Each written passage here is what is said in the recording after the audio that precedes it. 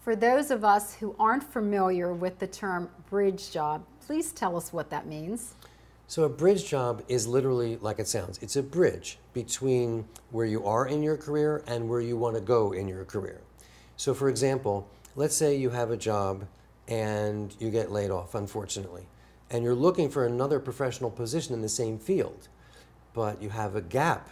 How are you going to fill that gap? You still might need to make money. You still might want to get out of the house and go to work just for your sense of pride.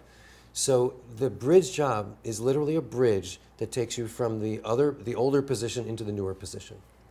All right, that being said, what you just explained, does the bridge job need to be directly related to the career I'm in? For example, if I'm a teacher, I get laid off, but I can get a job at Walmart for 6 months. Would that be considered a bridge job? It can certainly be a bridge job, yes.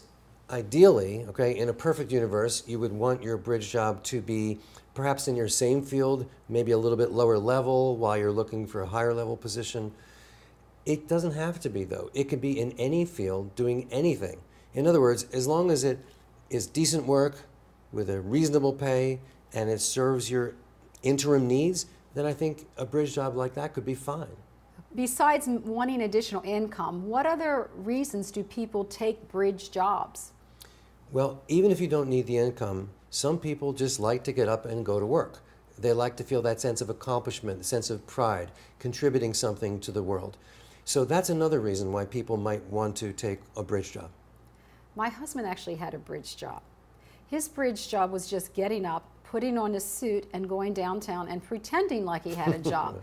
But it's a similar concept as what you said, because really it's that routine, those habits that you stay in that a bridge job can help. It can, yes. Even though it wasn't really a bridge job. Right. I've heard, and you've probably heard this, it's easier to find a job if you have a job. Would that be an advantage of taking maybe a lower position until you can get back into the career you're trying to get into? It could be. I don't think the main purpose of having a bridge job is to just make yourself look good for the next employer. You know, as you said, it's easier to get a job when you already have a job. Mm-hmm. I don't think that's the main purpose, but it can be an added advantage. How do you decide what type of bridge job to pursue? If I'm going out, how do I decide, okay, do I go to retail? Do I try to maybe volunteer somewhere and hope that lands into a job? How do I decide the best bridge job to take? Well, I really think it's a question of what's available. Mm-hmm. It's not so much about getting the perfect bridge job with the greatest pay, with a fancy title. It's just about staying working, staying busy, and bringing in a few extra dollars. So take what's available. As long as I said before, is decent pay with decent work, that's good enough.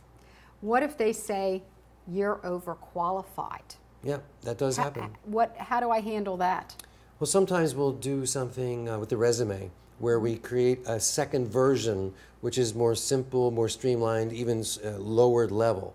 And we'll use that as their primary marketing tool instead of their very lofty, beautiful, professional level resume. So you can actually have a separate resume, some people call it the dumbed down resume, to make it more appropriate for a lower level position.